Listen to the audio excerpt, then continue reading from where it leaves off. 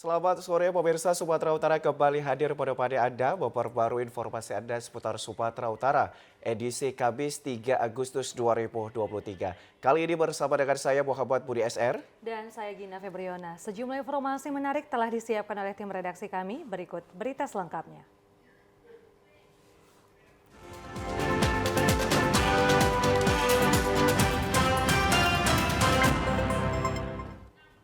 Ya pemirsa, informasi sore ini diawali dari Kapolda Sumatera Utara, Irjen Pol Agung Setia menggerebek satu pabrik pembuatan arang ilegal dengan berbahan dasar kayu mangrove. Pada penggerebekan tersebut 2 orang ditangkap yang diduga sebagai pekerja pabrik arang. Kapolda Sumatera Utara Irjen Pol Agung Setia Imam Effendi turun langsung menggerebek pabrik arang ilegal di kawasan Kecamatan Brandan Barat, Kabupaten Langkat. Pabrik arang ilegal tersebut menggunakan bahan kayu mangrove sebagai bahan dasar pembuatan arang. Diperkirakan akibat kegiatan ilegal ini sebanyak 700 dari 1.200 hektar hutan bakau di wilayah tersebut rusak. Dari hasil penyelidikan sementara yang dilakukan Subdit 4 Tindak Pidana Tertentu atau Tipiter Ditreskrimsus Polda Sumut, kayu bakau yang jadi arang diekspor ke luar negeri. Pengekspor di Kota Medan ini diduga sengaja memanfaatkan warga lokal untuk menebang pohon bakau dan mengelolanya hingga menjadi arang siap jual. Kapolda Sumatera Utara Irjen Pol Agung Setia Imam Effendi mengatakan penindakan ini merupakan komitmen Polda Sumut untuk melindungi lingkungan dan masyarakat. Pengerusakan hutan mangrove semakin luas dapat merugikan warga serta merusak ekosistem hutan. Kapolda menyebutkan akan mengusut tuntas kasus illegal logging ini dan menurutnya perambahan hutan mangrove bukan hanya di Sumatera Utara melainkan juga di wilayah lainnya. Kita berada di Lubuk Kertam di Kabupaten Langkat, berada di lokasi penampungan kayu mangrove yang dihasilkan dari pembabatan atau illegal logging di sekitar lokasi ini. Seputar Pangkalan Susu yang kita tahu ini adalah habitat ataupun tempat pembudidayaan mangrove yang berada di kawasan hutan, yang mana kita ketahui mangrove ini menjadi isu yang penting untuk kita selamatkan, dan Polda Sumatera Utara telah terjun ke sini untuk melakukan penegakan hukum. Sudah kita temukan 2 orang yang kita lakukan penangkapan dan pemrosesan, dan kita tahu ada beberapa yang melarikan diri, tapi itu akan kita lanjutkan dalam proses penyidikan nanti. Ya, pemirsa, Kejaksaan Negeri Kabupaten Toba Samosir memusnahkan barang bukti narkoba yang sudah berkekuatan hukum tetap inkrah untuk bulan Januari hingga Juni 2023. Pemusnahan barang bukti tindak pidana narkotika Kamnektibum TPUL dan pidana Oharda yang digelar di halaman Kantor Kejaksaan Negeri Tobasa selain dihadiri seluruh staf dan pegawai di kantor kejaksaan, juga dihadiri diantaranya perwakilan Kapolres Toba, Ketua PN Balige, dan Kepala Rutan Kelas 2B Balige Henry Damanik. Pemusnahan barang bukti tindak pidana narkotika tersebut dilakukan dengan cara dibakar, dihancurkan dengan digeranda, dan dilarutkan. PLT Kajari Toba Samosir Hendra Antonius yang didampingi Kasih Pengelolaan Barang Bukti dan Barang Rampasan John Purba mengatakan untuk pemusnahan barang bukti kali ini yang terdiri dari 57 perkara, diantaranya tindak pidana narkotika, Kamnektibum TPUL dan pidana Oharda. Untuk kategori tindak pidana narkotika terdiri dari narkotika jenis sabu 18 perkara dengan barang bukti sebanyak 24,75 gram, jenis narkotika jenis ganja 3 perkara dengan barang bukti sebanyak 19,72 kg, dan jenis narkotika jenis pil ekstasi 1 perkara dengan barang bukti sebanyak 0,28 gram. Sedangkan kategori Kamnektibum TPUL terdiri dari 22 perkara dengan kategori Oharda 14 perkara. Pemusnahan barang bukti tindak pidana narkotika Kamnektibum TPUL dan pidana Oharda ini merupakan komitmen transparansi yang telah sesuai dengan SOP yang berlaku dari Kejaksaan Negeri Toba Samosir. 2003 dasar, yaitu peraturan perundang-undangan. Tadi pagi kita sudah memulai jam 9 acara yaitu pemusnahan barang bukti yang sudah mempunyai kekuatan hukum tetap atau inkrah yang terdiri dari jenis narkotika dan psikotropika maupun barang bukti dan tindak pidana umum lainnya. Baru saja menyelesaikan pemusnahan dengan cara dibakar, kemudian dengan cara di blender, dan mungkin tadi ada beberapa yang digerenda dan dimusnahkan dengan cara dipalu. Nah, ini tadilah bentuk transparansi kami dan memang ini merupakan sesuai dengan SOP bahwa pemusnahan barang bukti ini kalau bisa dilaksanakan 2 kali setahun sesuai dengan kapasitas ataupun dengan banyaknya barang bukti yang ada. Pemirsa, Dirlantas Polda Sumut meninjau ruas jalan lintas Sumatera yang rusak parah di Batu Jomba, Kecamatan Sipirok, Kabupaten Tapanuli Selatan. Peninjauan ini untuk menjaga agar jalan tetap berfungsi dengan baik. Kerusakan Jalan Nasional Batu Jomba, Kecamatan Sipirok, Tapanuli Selatan semakin parah sehingga kendaraan yang melintas kerap mengalami kecelakaan. Seperti pada rekaman video amatir, terlihat mobil minibus yang tidak mampu menanjak di Jalan Nasional Batu Jomba. Mobil tersebut mundur dan nyaris masuk jurang. Beruntung ada satu bukit yang menyelamatkan kendaraan tersebut meski dalam kondisi di tepi jurang. Selain minibus, kejadian serupa juga dialami truk bermuatan berat terbalik dan menutupi badan jalan. Menurut sejumlah pengguna jalan, kerusakan Jalan Nasional Batu Jomba sudah berlangsung lama. Para supir berharap ada perbaikan jalan tersebut.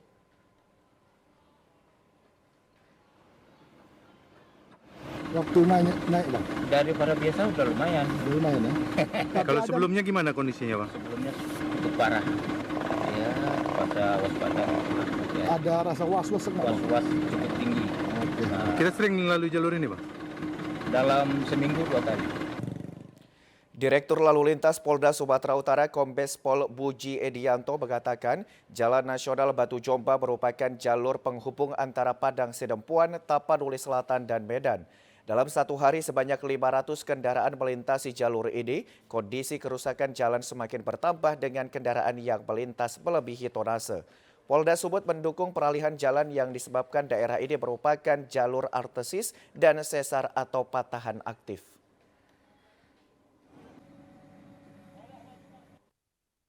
Volume kendaraan yang melewati Batu Jomba ini selama 1 kali 24 jam ada sekitar 500 kendaraan. Hasil penelitian dan kajian yang telah dilakukan oleh Balai Pelaksana Jalan Nasional menyebutkan bahwa di bawah jalan ini terdapat saluran artesis. Yang kedua ada sesar. Oleh karena itu sebenarnya Balai Pelaksana Jalan Nasional sedang merencanakan untuk membuat rute jalan yang baru, di mana rute jalan yang baru tersebut harus menjauh sekitar 14 km dari titik ini.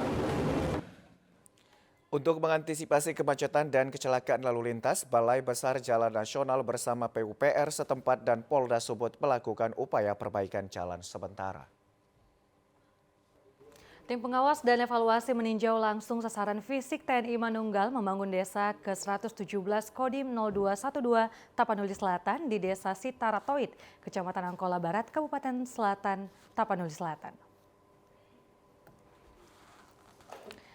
Tim pengawas dan evaluasi Wasef Markas Besar Angkatan Darat dipimpin Kolonel Infantri Ahmad Fikri Musbar didampingi pejabat Wasef Letkol Ihsanuddin Isma dan Danrem Kolonel Lukman Hakim meninjau langsung kegiatan TNI Manunggal membangun desa TMMD ke-117 Kodim 0212 Tapanuli Selatan.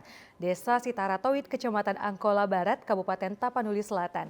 Kunjungan ke lokasi TMMD Kodim 0212 Tapanuli Selatan, tim Wasef cek secara nyata membuka jalan yang menghubungkan Desa Sitinja, Kecamatan Angkola Barat dengan Desa Sitaratoid, Kabupaten Tapanuli Selatan sepanjang 8,2 km dengan lebar 8 meter. Kemanunggalan TNI dengan rakyat terwujud melalui program TMMD TNI hadir di tengah-tengah masyarakat untuk mewujudkan keinginan dalam percepatan pembangunan menuju masyarakat yang sejahtera. Kolonel Infanteri Ahmad Fikri Musbar mengatakan pelaksanaan TMMD diharapkan semua pihak bersama-sama bergotong royong untuk mensukseskan TMMD ke-117 sehingga dapat meningkatkan kesejahteraan masyarakat dalam jangka panjang. Program dari TNI bersama dengan Pemda untuk melaksanakan kegiatan pengawasan dan evaluasi di wilayah Kabupaten Tapanuli Selatan dalam rangka untuk meninjau sejauh mana kegiatan pembangunan fisik dan kegiatan non fisik yang dilaksanakan di TMMD 117 ini. Sehingga kita melaksanakan peninjauan kemajuannya sampai di mana dengan harapan pembangunan dapat dilaksanakan dengan baik. Selain meninjau pembukaan jalan, tim Wasef dan Danrem 023 Kawal Samudra dan Dondim 0212 Tapanuli Selatan menyerahkan bantuan kepada masyarakat sebanyak 100 paket sembako, Al-Quran dan bantuan pupuk jenis BIOS 44 DC kepada para petani. Pemirsa, kita beralih ke informasi lain. Besi pagar tempat pemakaman umum TPU di Kelurahan Kota Siantar, Mandailing, Natal hilang dicuri. Kejadian ini sudah kedua kalinya. Besi pagar TPU Kelurahan Kota Siantar, Kecamatan Payabungan, Mandailing, Natal di Desa Darussalam hilang diduga dicuri. Diperkirakan 3 pagar kuburan ini diambil maling seminggu yang lalu. Besi pagar yang hilang berada di daerah kebun warga atau di samping kantor peternakan Dinas Pertanian. Sebelumnya aksi pencurian besi pagar kuburan ini juga terjadi pada tahun 2021 lalu. Sejumlah besi pagar juga hilang. Akibat aksi maling ini, pemuda Kelurahan Kota Siantar gerah atas kelakuan orang tidak dikenal ini dan akan melakukan musyawarah melaporkan hal ini ke pihak yang berwajib.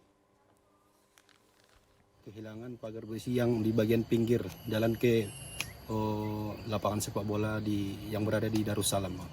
Jadi sampai saat ini kami masih sebatas koordinasi dengan pemuda setempat dan tokoh pemuda, dan rencananya kami akan membentuk tim untuk mencari keberadaan pelaku yang kami curigai. Apabila maling tersebut tidak mengembalikan dan tidak mengaku, maka kami akan jemput secara paksa nanti. Ya, pemirsa, informasi lainnya akan segera kami hadirkan sesaat lagi. Tetaplah bersama kami di Sumatera Utara hari ini.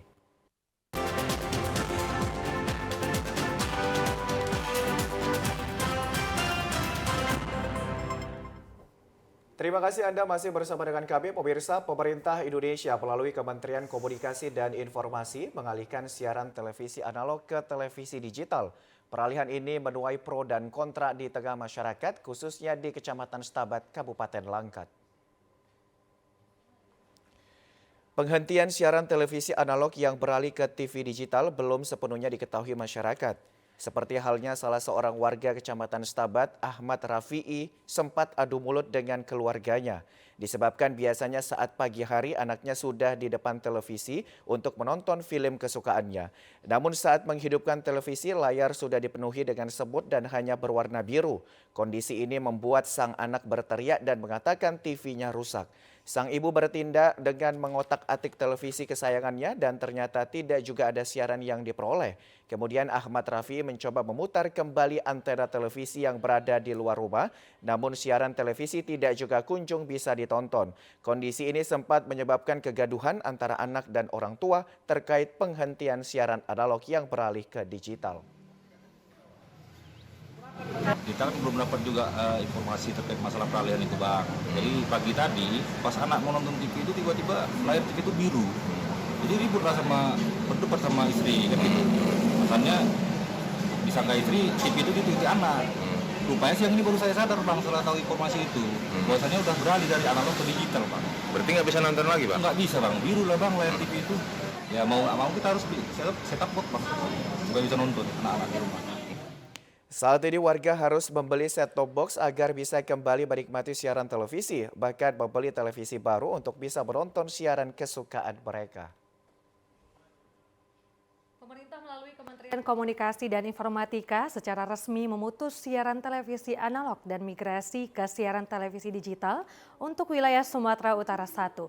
Kota Medan menjadi salah satu wilayah yang masuk dalam wilayah 1 sehingga sejumlah toko penjualan set-top box diserbu warga.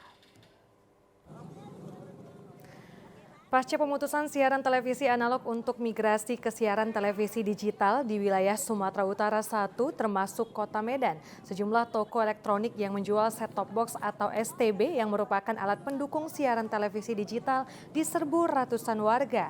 Salah satu toko elektronik penjual set-top box diserbu warga yakni di kawasan Jalan Denai, Kecamatan Medan Area, Kota Medan. Tampak sejumlah warga memadati areal pertokoan untuk membeli set-top box yang sedang turun harga. Salah seorang warga yang membeli set-top box, Umar, merasa kecewa dengan penghentian siaran televisi analog, meskipun pemerintah telah melakukan sosialisasi sejak beberapa bulan sebelumnya. Lagi nonton TVRI mati bang, ada sinyal bang, gimana itu coba? Memang pemerintah sekarang ini nggak ngerti juga, masa orang miskin harus beli set box lagi, harganya kan 15, 180, susah lah kita bang. Jadi ini abang bawa TV kemarin untuk apa? Ini lah mau mobil kok bisa tiba-tiba mati, dijual uang. Jadi bang abang beli? Iya, bang beli. Rupanya antenanya bang, antena digital, harus diganti digital. Di sisi lain, pemilik toko elektronik yang menjual set-top box, Putri, mengaku kewalahan melayani pembeli yang memadati tokonya. Sejak pemerintah melakukan analog switch off atau ASO untuk wilayah Sumatera Utara 1, ia bahkan sempat memberlakukan nomor antrian agar para pembeli di tokonya tetap tertib dan tidak menimbulkan kericuhan. Antusias masyarakat yang cukup tinggi membeli set-top box ini disebabkan turunnya harga dari Rp200.000 turun menjadi Rp180.000 untuk satu unit set-top box. Kalau kemarin itu sih harganya sempat di atas 100. Nah ini gara-gara COVID ini biar semuanya dapat, kita kasih 100 kabel jangan sebagainya.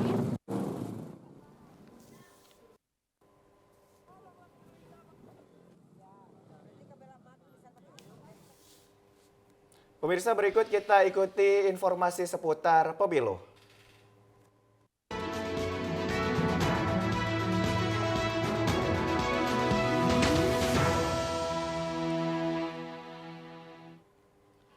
Ya pemirsa, masa tahapan verifikasi administrasi dokumen pencalonan bakal calon legislatif KPU sebagai penyelenggara pemilu menyediakan layanan konsultasi bagi partai politik melalui helpdesk yang dibuka setiap hari pada jam kerja.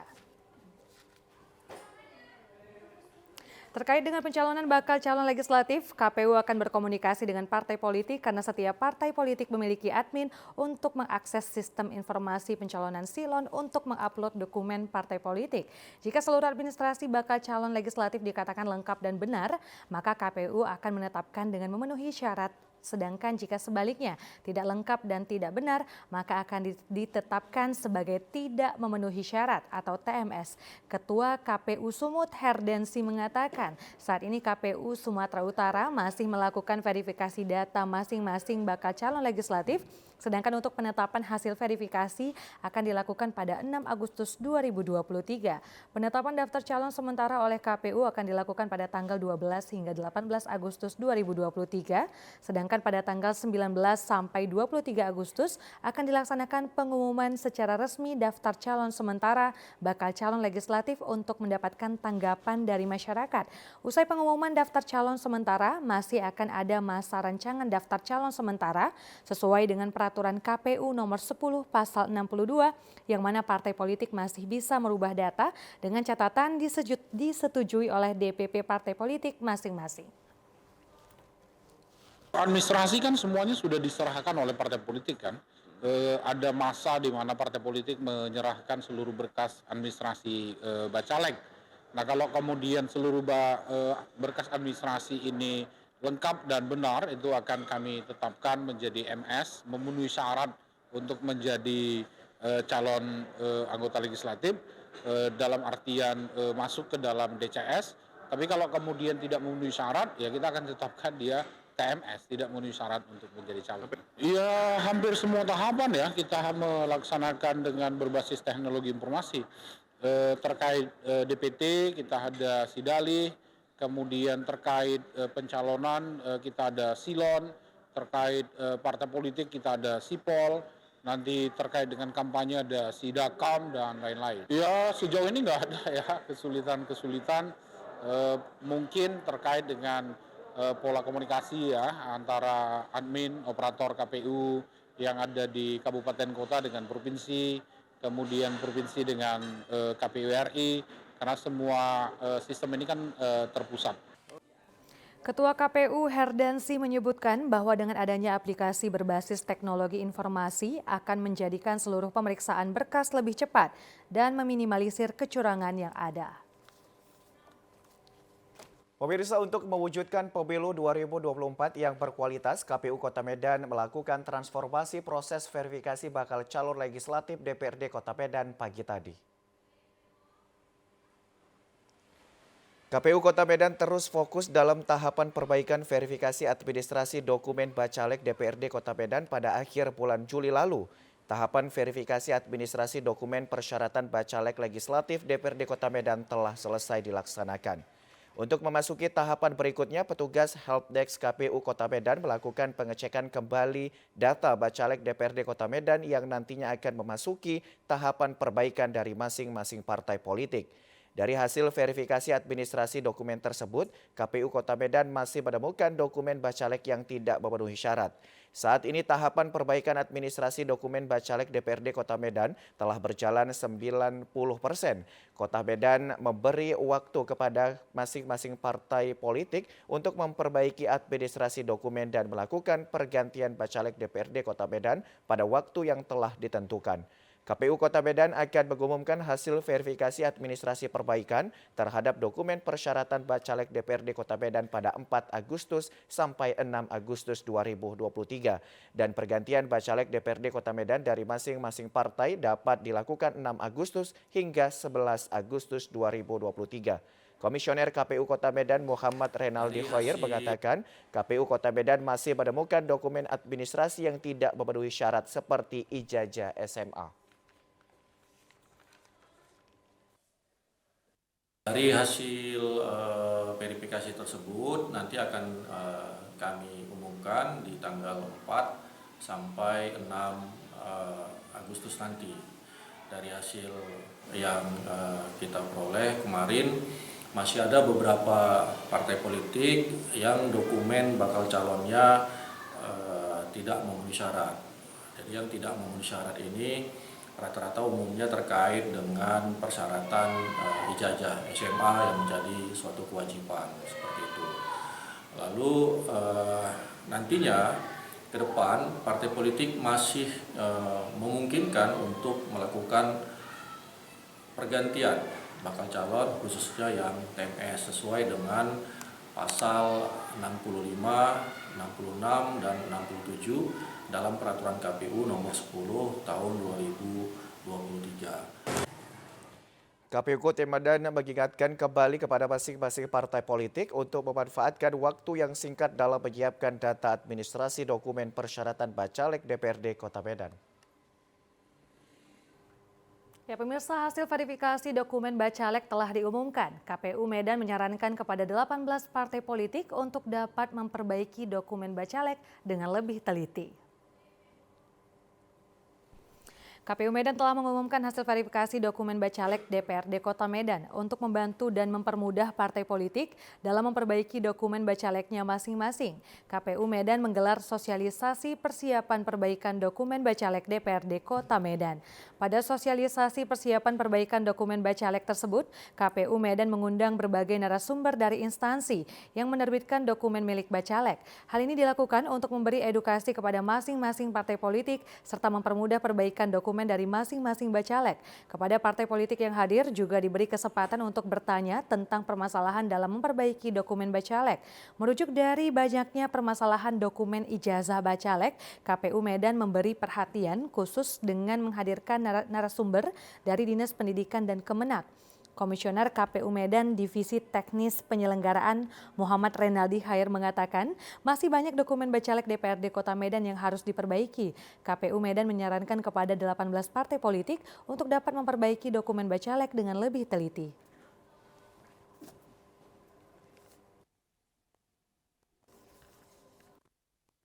keseluruhan partai, 18 partai politik ini umumnya rata-rata masih harus memperbaiki berkasnya. Masih ada beberapa syarat bakal calon yang belum memenuhi syarat. Ada juga yang sudah memenuhi syarat. Kalau yang sudah memenuhi syarat, maka tidak perlu lagi ada perbaikan. Kecuali yang statusnya masih perlu perbaikan, nanti kami tunggu perbaikannya mulai tanggal 26 Juni sampai tanggal 9 Juli nanti di kantor KPU Kota Medan. KPU Medan telah membuka helpdesk tahapan perbaikan dan pengajuan dokumen persyaratan bacalek DPRD Kota Medan mulai 26 hingga 9 Juli 2023. Pemirsa, dalam upaya mensukseskan pemilu berkualitas di era digitalisasi, Komisi Pemilihan Umum Kota Medan menerapkan aplikasi Sistem Informasi Pencalonan SILON terhadap proses verifikasi bacalek. Komisi Pemilihan Umum Kota Medan melakukan upaya terobosan, diantaranya transformasi verifikasi bacalek DPRD, yaitu dengan memanfaatkan teknologi. Aplikasi Sistem Informasi Pencalonan SILON merupakan salah satu perangkat media yang digunakan untuk memudahkan proses verifikasi bacalek. Hal tersebut dilakukan untuk mewujudkan proses verifikasi lebih efisien, transparansi sekaligus meningkatkan partisipasi publik yang aktif. Dengan demikian, pemanfaatan teknologi memiliki peranan penting dalam mensukseskan pesta demokrasi di pemilu 2024 mendatang. Berdasarkan data KPU Kota Medan, terdapat sejumlah partai politik memiliki berkas bakal calon legislatif tidak memenuhi syarat. Namun demikian, KPU Kota Medan masih memberi batas waktu untuk dilakukan perbaikan.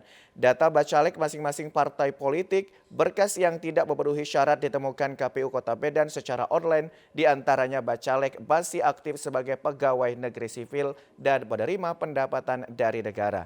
Dengan dilakukannya transformasi verifikasi ulang, KPU mengharapkan masyarakat dapat merasakan manfaat nyata dalam pemilihan umum mendatang, serta memiliki kepercayaan yang lebih besar terhadap para calon wakilnya di DPRD Kota Medan.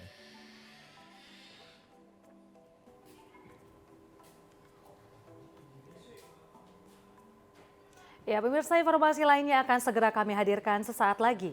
Tetaplah bersama kami di Sumatera Utara hari ini.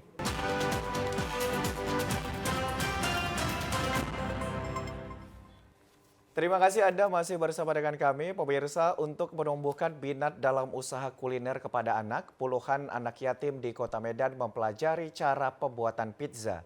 Selain melatih kemandirian, pelatihan pembuatan makanan ini juga untuk menambah keterampilan bagi anak. Puluhan anak yatim di Kota Medan mendapat kesempatan untuk bermain sembari belajar cara pembuatan pizza. Para anak yatim ini dengan penuh semangat dan tekun mengikuti arahan yang diberikan instruktur pada pelatihan pembuatan pizza. Kegiatan ini diprakarsai oleh salah satu komunitas sosial Gerakan Istiqomah Sedekah. Pelatihan pembuatan pizza ini dilakukan agar anak-anak sebagai generasi muda tidak berperilaku konsumtif.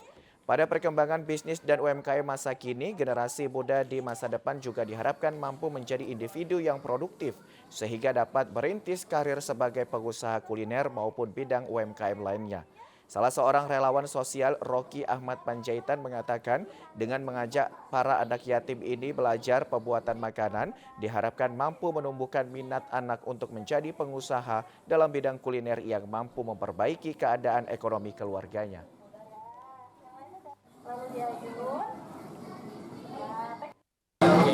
Di samping ini bulan-bulan Muharram ya, bulannya bulan anak yatim, anak yang dicintai Rasulullah. Ini juga kenapa kita buat di pizza, supaya mengajarkan anak-anak kita untuk menjadi entrepreneur, sebagai menjadi pengusaha, seorang pengusaha. Kenapa? Rasulullah juga berkata 9 dari 10 pintu rezeki itu ada di pedagang. Setelah belajar cara pembuatan pizza yang membutuhkan ketelitian dan bermanfaat untuk daya nalar anak, mereka juga dapat menikmati pizza hasil buatannya sendiri sebagai wujud dari tanggung jawab atas sesuatu yang telah mereka lakukan dalam konteks apapun. Pemirsa, berikut informasi perakiraan cuaca di sejumlah daerah di Sumatera Utara dari Badan Meteorologi, Klimatologi, dan Geofisika Wilayah 1 Medan berlaku pada hari Jumat 4 Agustus 2023. Halo Sobat BMKG, kembali bersama saya Enda Paramita, Prakirawan BBMKG Wilayah 1 yang akan menyampaikan info perakiraan cuaca dan hotspot Provinsi Sumatera Utara untuk Jumat 4 Agustus 2023. Pada pagi hari diperkirakan berawan di sebagian wilayah Sumatera Utara dan berpeluang hujan ringan di wilayah Kepulauan Nias. Untuk siang dan sore hari diperkirakan berawan dan berpotensi hujan ringan hingga lebat di sebagian wilayah Sumatera Utara, di mana hujan lebat berpotensi terjadi di wilayah Langkat, Deli Serdang, Karo, Dairi, Pakpak Barat, dan sekitarnya. Untuk malam hari diperkirakan berawan dan berpotensi hujan ringan hingga sedang di sebagian besar wilayah Sumatera Utara, di mana hujan sedang berpotensi terjadi di wilayah Kepulauan Nias, Tapanuli Utara, Langkat, Karo, Dairi, Humbahas, dan sekitarnya. Untuk dini hari diperkirakan berawan di wilayah Sumatera Utara, dengan suhu udara berkisar antara 17 hingga 34 derajat Celcius dengan kelembaban udara 60 hingga 95%. Angin dari arah tenggara hingga barat daya dengan kecepatan 10 hingga 30 km per jam. Untuk titik panas terpantau pada tanggal 2 Agustus terdapat 10 titik panas, yaitu di 4 di Labuhan Batu Utara, 2 di Asahan, dan 4 di Labuhan Batu. Himbauan kepada masyarakat untuk tetap waspada terjadinya hujan lebat di wilayah lereng timur, pesisir timur, dan pegunungan, di mana potensi dapat terjadi bencana hidrometeorologi seperti banjir, longsor, dan genangan air. Demikian perakiraan yang dapat kami sampaikan, semoga bermanfaat dan terima kasih. Pemirsa, menjelang HUT Kemerdekaan Republik Indonesia ke-78, sejumlah pedagang penjual aksesoris bendera merah putih sudah mulai menjamur di Kota Medan. Harga yang ditawarkan pun bervariasi mulai dari Rp5.000 hingga ratusan ribu rupiah. Dalam menyambut HUT Kemerdekaan Republik Indonesia ke-78, sejumlah pedagang musiman penjual aksesoris bendera merah putih sudah mulai menjamur di Kota Medan. Di sejumlah jalan di Kota Medan terlihat para pedagang bendera sudah mulai menjajakan barang dagangannya, salah satunya di Jalan Cut Nyak-Din Medan. Di tempat ini beragam jenis bendera merah putih ditawarkan mulai dari bendera kecil untuk di sepeda motor hingga bendera besar. Harga yang ditawarkan pun bervariasi mulai dari Rp5.000 hingga ratusan ribu rupiah. Salah seorang penjual aksesoris, Asminarti, mengatakan aksesoris bendera yang dijual ia memesan dari luar kota dan sebagian bendera dijahit sendiri. Asminarti mengaku omset penjualan tahun ini tidak ada peningkatan dibanding tahun sebelumnya.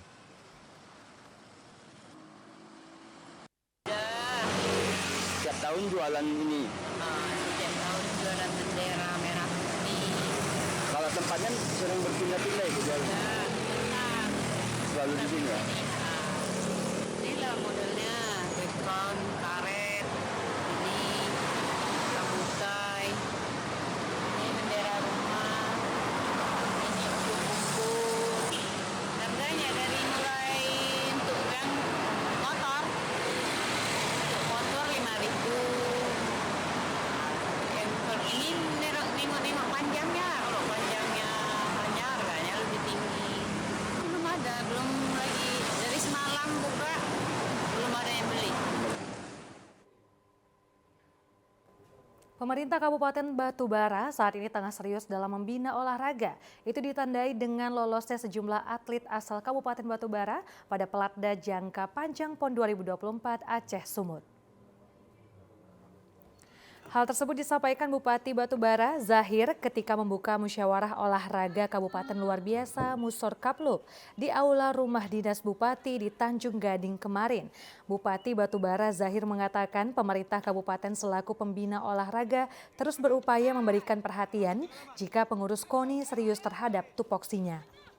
Dikatakan membina olahraga sesungguhnya usaha yang sangat mulia karena melalui pembinaan yang baik maka melahirkan generasi muda yang berprestasi.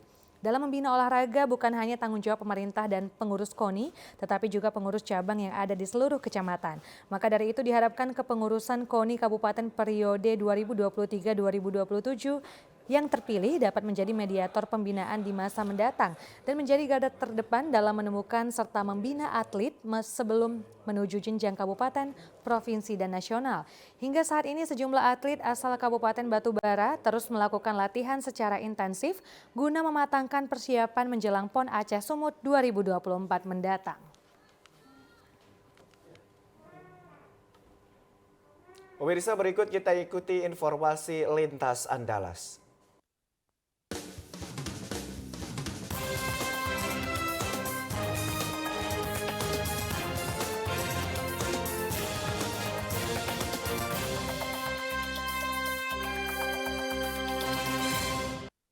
Ya, kita ke Provinsi Lampung, pemirsa. Kepolisian sektor Terbanggi Besar, Polres Lampung Tengah, berhasil menangkap pelaku pembegalan yang membuat resah masyarakat di Jalan Lingkar Barat Kabupaten setempat.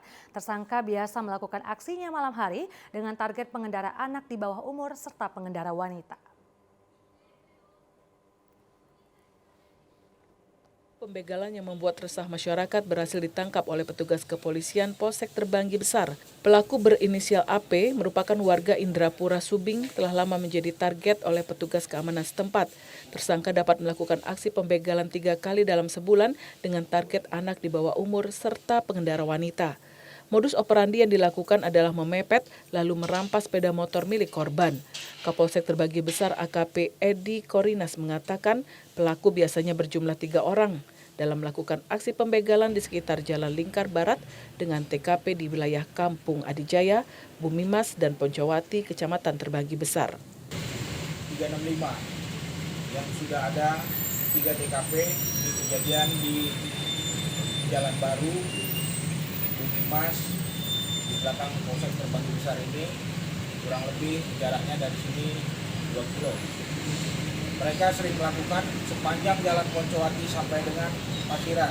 Mereka modus operandinya mepet kendaraan korban, stop, dan dirampas motornya.